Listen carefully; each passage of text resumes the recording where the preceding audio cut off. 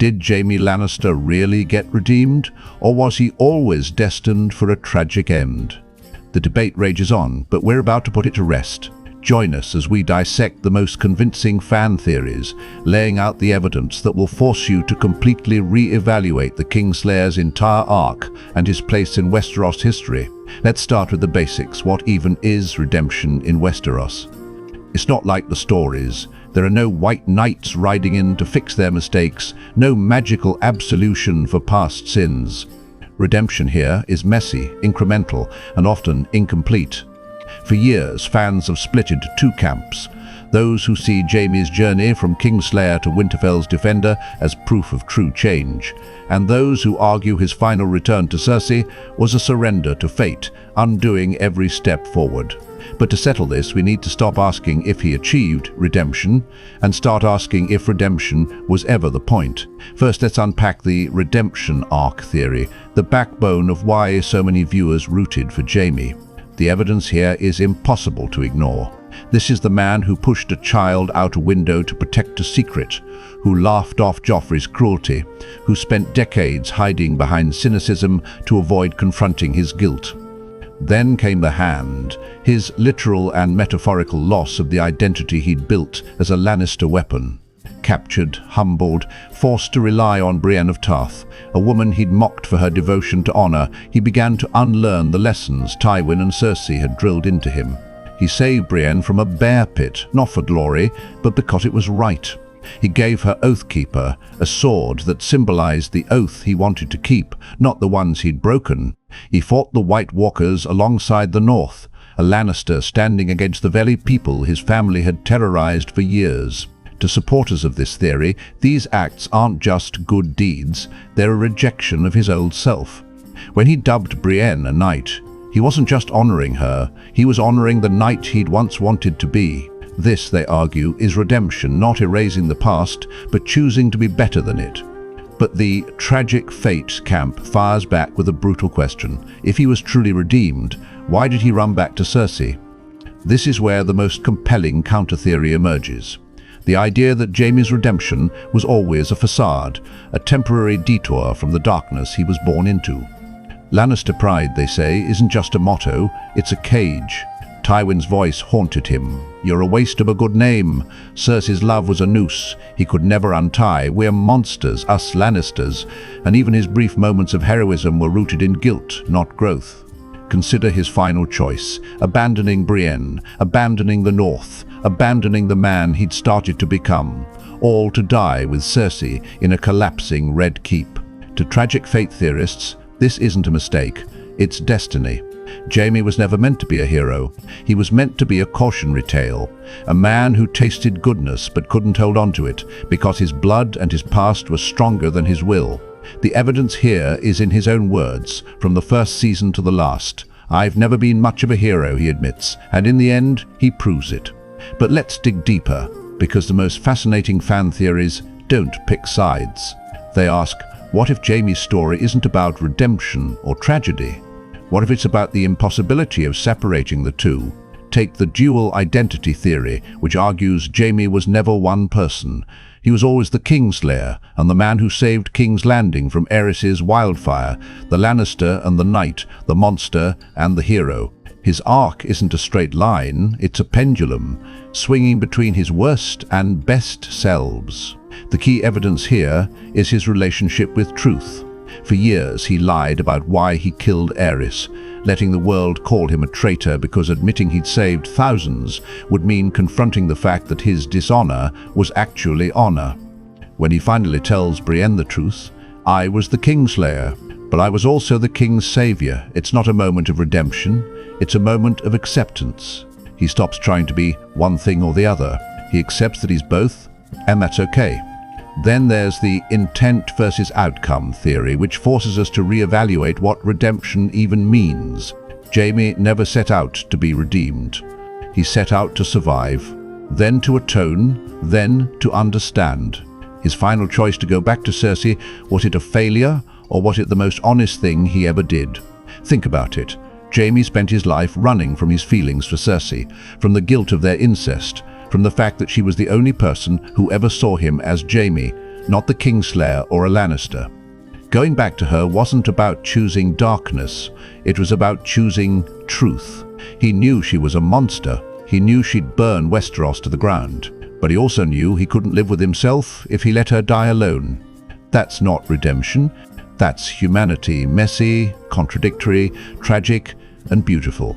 The evidence here is in his last moments with Brienne. When she begs him to stay, he says, "I'm sorry." Not, "I don't want to, but I can't." He's not rejecting the good he found. He's admitting he can't outrun the bad.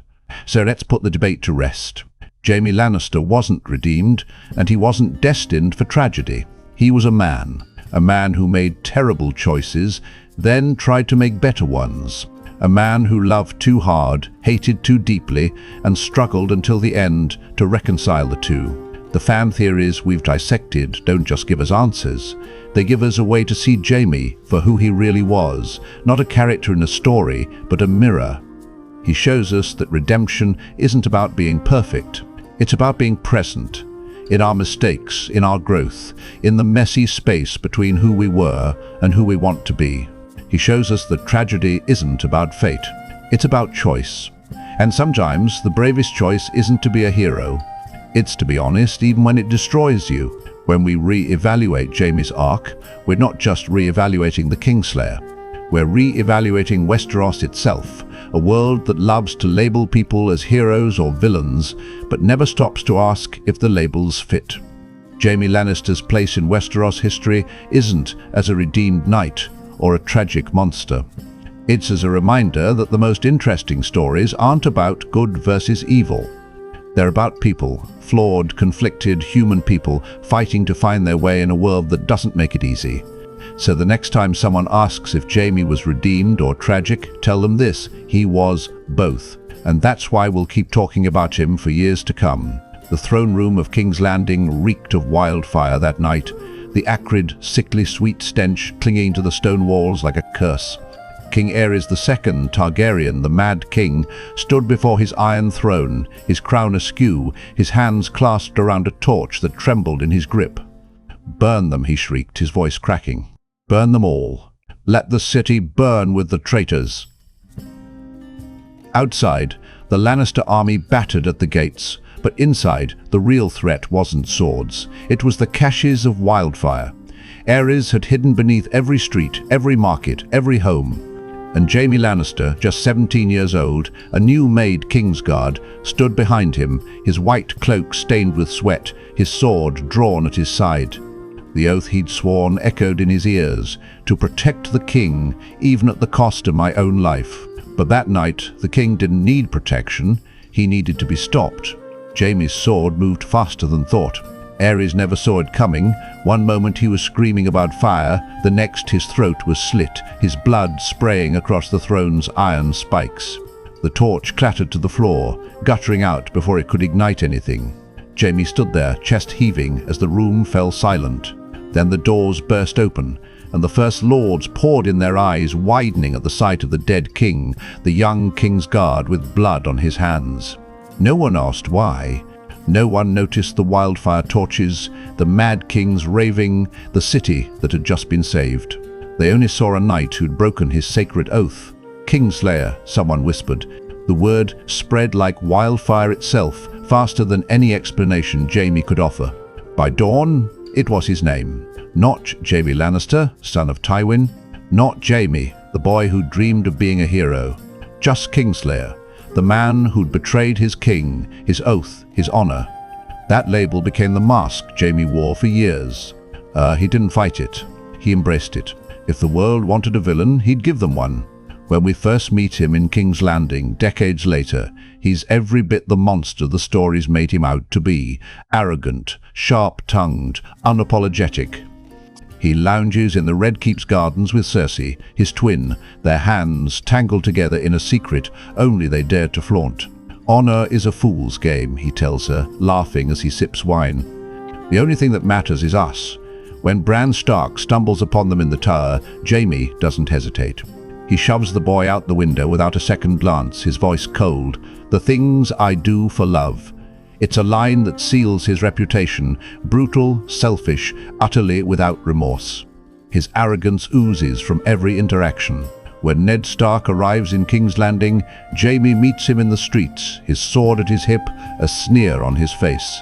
"Lord Stark," he says, dripping with disdain, "come to lecture me on honor? The same honor that made you serve a king who'd let his own daughter be raped?" He doesn't care about Ned's outrage, about the whispers of the crowd, about the fact that he's openly provoking the hand of the king. To Jaime, honor is a weapon others use to judge him, so he mocks it at every turn. He watches Joffrey, his nephew and secret son, torment servants and nobles alike and says nothing, because intervening would mean caring, and caring would mean admitting he still had a conscience. He drinks too much, fights too recklessly, and beds women to forget the quiet voice in his head that asks, "Is this really who you want to be?" But even in those early days, there are cracks in the mask. A flicker of regret when he thinks of Bran, though he'd never admit it. A sharp rebuke to Joffrey when the boy goes too far. "Don't be a fool," he snaps, though he quickly covers it with a joke.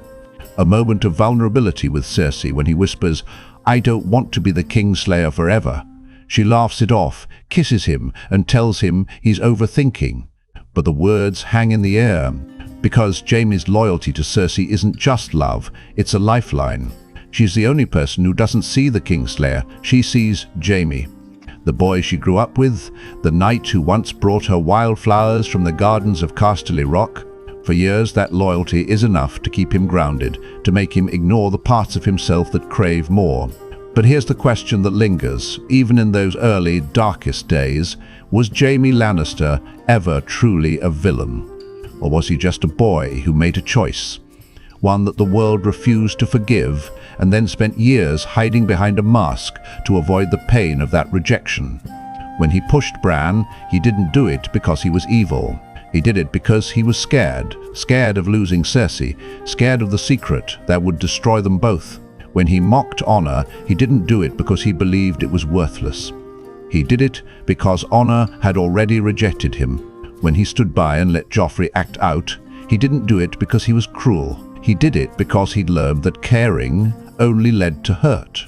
The Kingslayer label was supposed to define him. It was supposed to box him into a role, the Oathbreaker, the villain, the man who could never be good. But from the moment he slit Aerys's throat, Jaime's story was never that simple. He was a boy who saved a city and was called a traitor for it. A knight who broke an oath to keep a greater one. A man who hid his pain behind arrogance, his fear behind cruelty, his desire for redemption behind indifference. So when we look at Jaime Lannister in those early seasons, arrogant, amoral, loyal to a fault, we have to ask, is this the real him? Or is this just the stage he's set, the conflict he's embraced, because it's easier than facing the truth of who he is? The Oathbreaker's paradox isn't just about breaking an oath. It's about the gap between what the world sees and what's real. It's about a character who's been judged before we even get to know him, and who will spend the rest of his story fighting to prove that the judgment was wrong. Jaime Lannister didn't start as a hero. He didn't start as a villain. He started as a boy who made a choice and then had to live with the consequences. And that's the beauty of his journey. It's not about being perfect. It's about being human. It's about realizing that even the worst labels can be overcome. Even the darkest pasts can be redeemed. And even the most broken oaths can be mended, if you're brave enough to stop hiding behind the mask. The stage is set then. The conflict is clear. Jaime Lannister versus the Kingslayer. Jaime Lannister versus the world that judged him. Jaime Lannister versus himself. And as we'll see, this isn't a conflict that will be resolved with a sword. It will be resolved with choices, small, messy, human choices that chip away at the mask, one layer at a time. Until finally, we get to see the man beneath, not the Oathbreaker, not the villain, but Jaime. Just Jaime. And that's when the real story begins.